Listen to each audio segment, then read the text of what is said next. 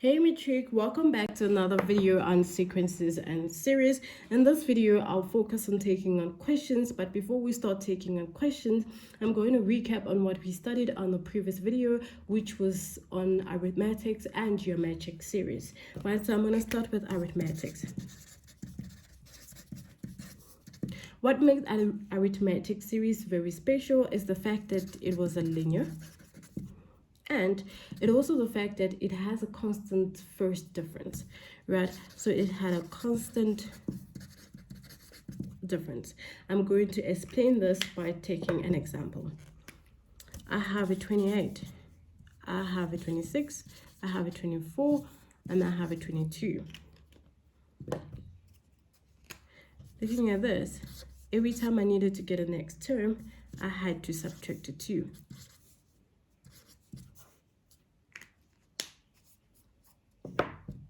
So in order for me to prove that this is actually an arithmetic series, then it means that my T2 minus my T1 should be equal to my T3 minus my T2. We're going to define terms, right? T1 is equal to 28, T2 is equal to 26, T3 is equal to 24, then T4 is equal to 22. So from here, then we know that 26 minus 28 should be equal to 20.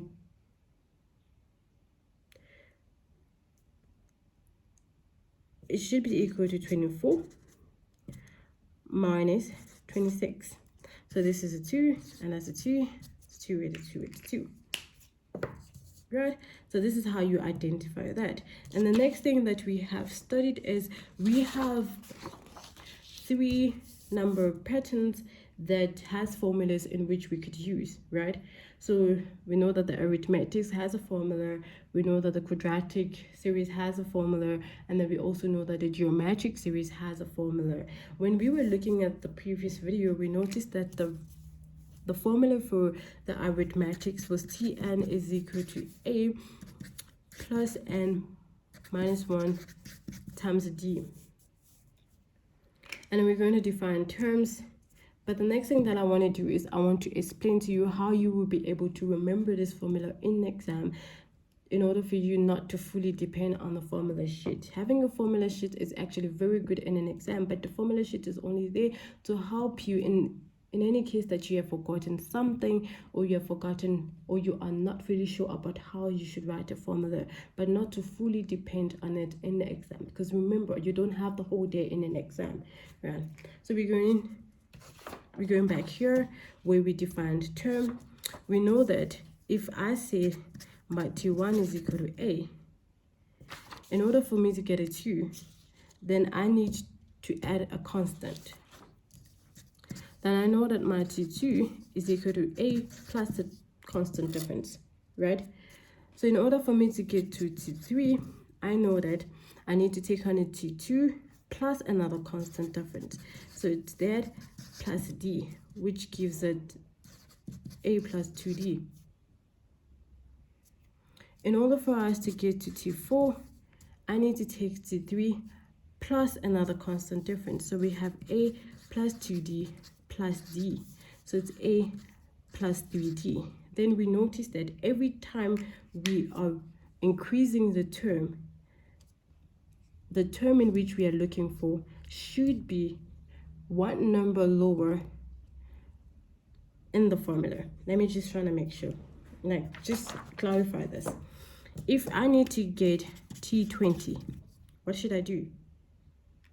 I know I'm going to have my A, and I know that I should be one term lower than the term in which I'm looking for. So it's going to be 19, meaning 20 minus 1, it's 19, and the constant difference. Every time I am looking for a term, if that term is a 3, then I will need to be on the term minus a 1. The term is a 3, but I am on the term minus a 1. If I'm looking for T4, then I need to get the term in which I'm looking for minus a 1. which actually makes the general formula to be Tn. If I'm looking for the nth number, then it has to be Tn is equal to A plus the number in which I'm looking for, subtracting a 1. I should always go a number lower, and I get a difference. And then on the previous video, I did mention the fact that the D should be in a bracket just because you don't want to make any mistake when adding or subtracting when you were not supposed to do it. This D was supposed to multiply, not adding or subtracting. Okay, so I'm going to take in more examples that will help you.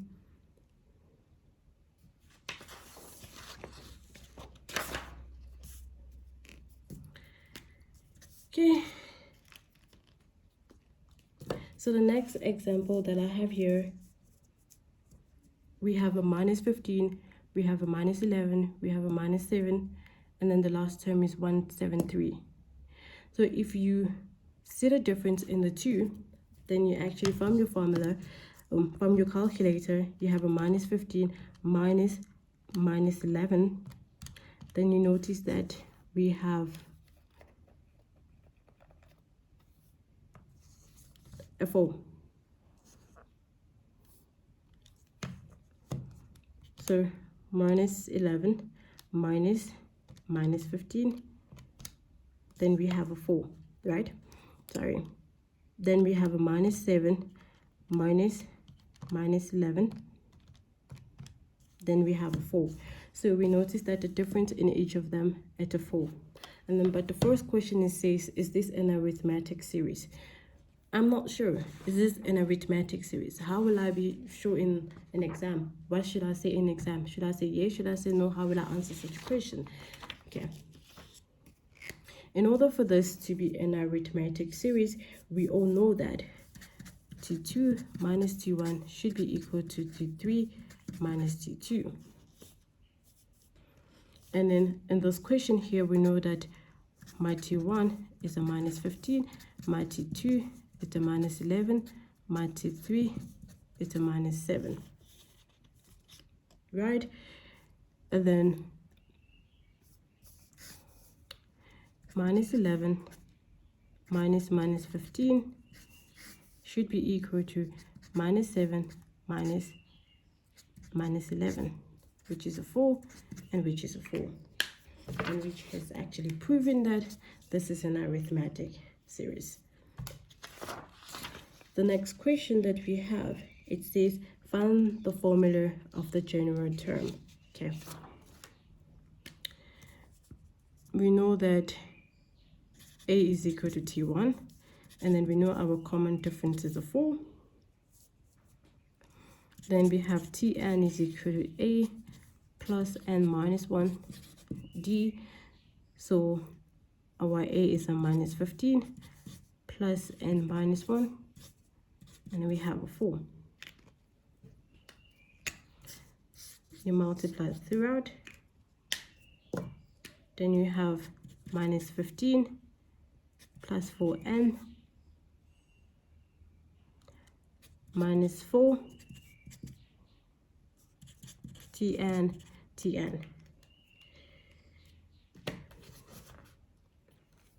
Okay, then you actually have minus 19 plus 4n is equal to Tn, which is 4n minus 19 Tn. Okay, we have found the general formula. So the next question, it says, determine the number of terms in the sequence.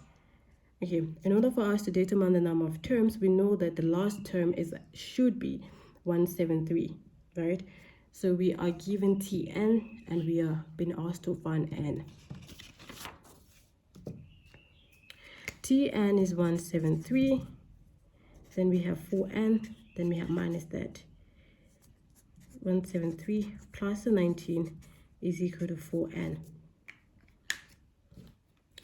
173 plus 19 is equal to 192, which is 4n.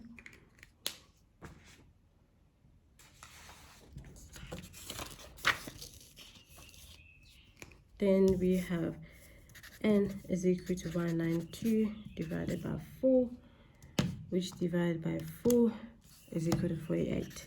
N is equal to 48. Okay, so we're done with that question.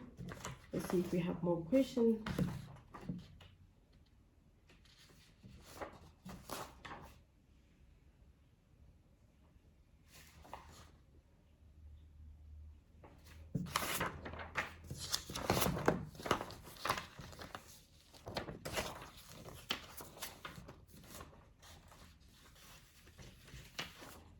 Okay, we're done with that. So I'm going to take geometric. Okay, the next thing that we're going to talk about is the geometric.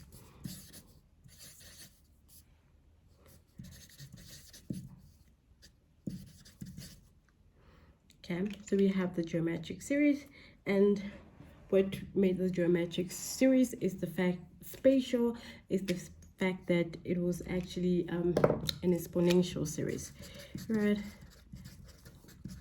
It is an exponential series, so the number varied exponentially. Okay, how will I explain this? So I'm going to take some questions that will help us to explain this thing. So example, I'm given 2, 8, 32, 1, 2, 8.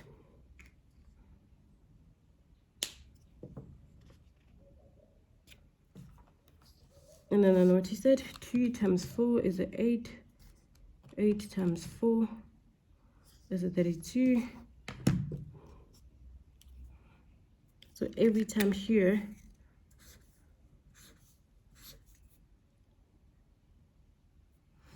I am multiplying by a 4.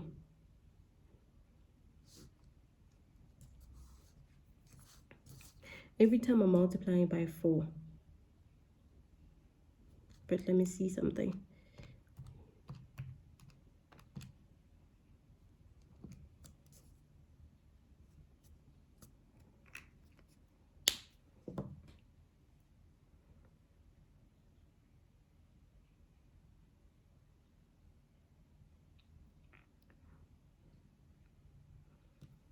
So every time I'm multiplying the term by 4 and 4 and a 4, right?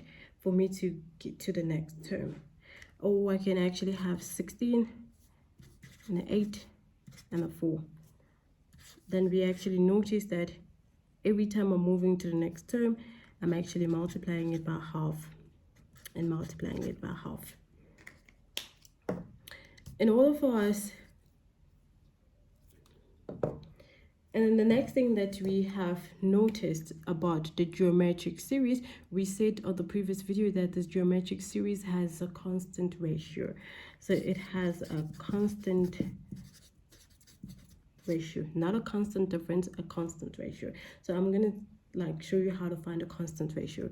So in order for us to find a constant ratio, we know that which was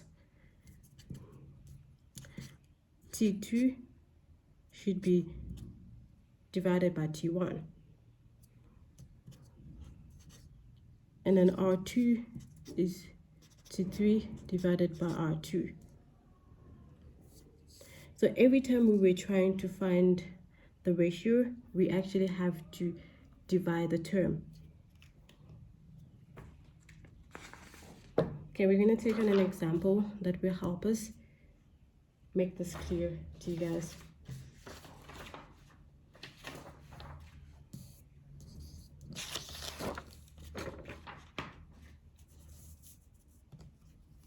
The example says find the common ratio, the fifth term, and the nth term of the geometric series. Okay.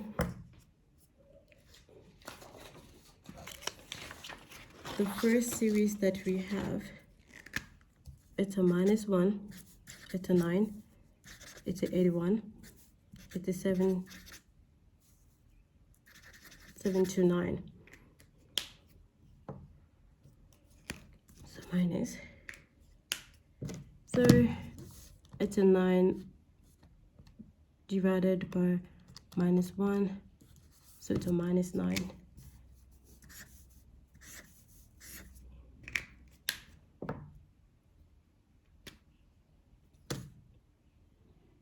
I'm actually multiplying by a -9 every time. How do I know that? R1 is equal to T2 minus T1. So my T2 is a 9, my T1 is a minus. So when I divide it, it's a -9.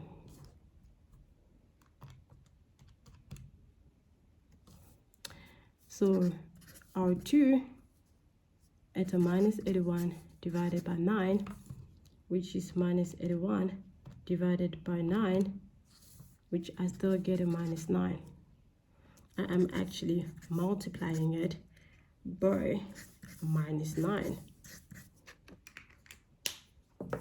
Now that we find what is our R, then we can actually try to find our formula just as we did previously. I'm going to show you how to actually remember this formula in the exam, right? If our first term T1 is a -1, and then T2 is a 9, and then T3 is a 81, then we notice that T1 is the A. So for me to find T2, I'm actually multiplying it by a constant. So at T1, A at a constant ratio. And then for me to find T3, I'm multiplying T2 by a constant. So for me to find the T3, I'm multiplying that T2 by another constant, which gives us AR squared. For me to find the next constant, term T4, then I have to multiply T3 by another constant, which is R squared times R.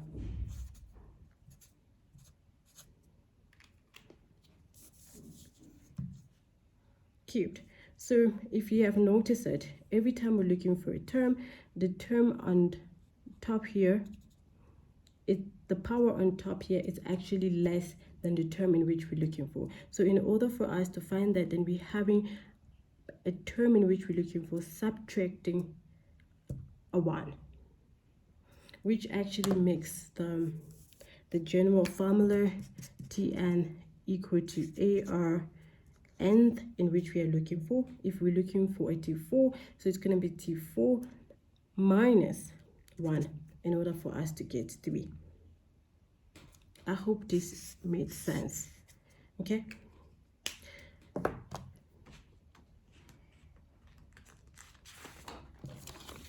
So I'll write it down, and then the 10. So to find the general formula, Tn is equal to A, and then our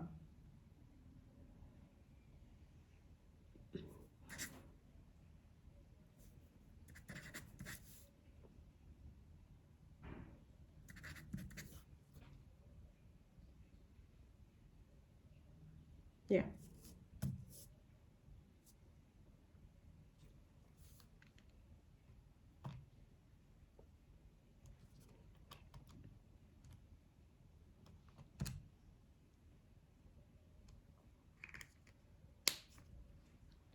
Okay, so the next question that we have, it's asking us to find the 5th term.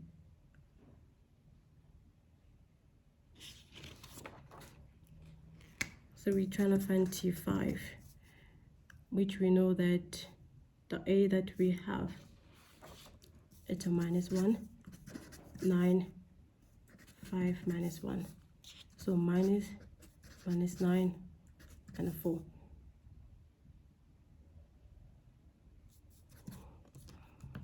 So which is a minus 9 raised to the power of 4.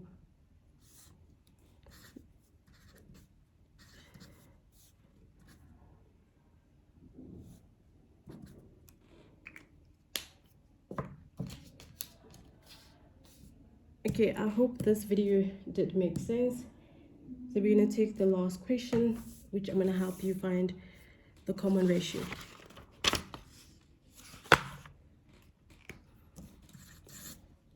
We have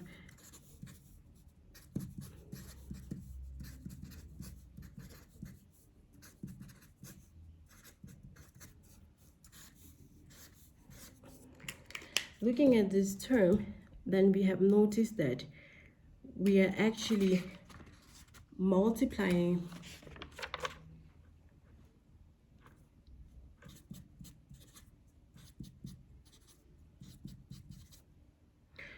for us to find r. We have t2 over t1, which is t over 6 divided by 1 over 2,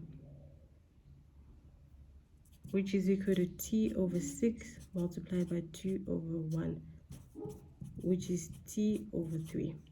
Okay, that's how we did find r. So we are multiplying by that.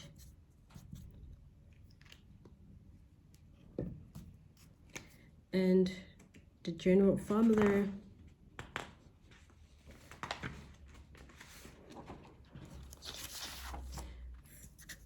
Tn is equal to AR T over 3 minus 1. That's actually the general formula. And if we need to look for the fifth term, then we know we're just given T5. Then the first term is half. And then this is T over 3. Then this is T over 3 minus 1. So this is actually how we're going to find the fifth term, right? Hopefully you find this video very useful. Hopefully it made sense to you. Don't forget to like, comment, and subscribe. I will see you on the next video where I will deal with more on series, sequences, and series. Bye, guys.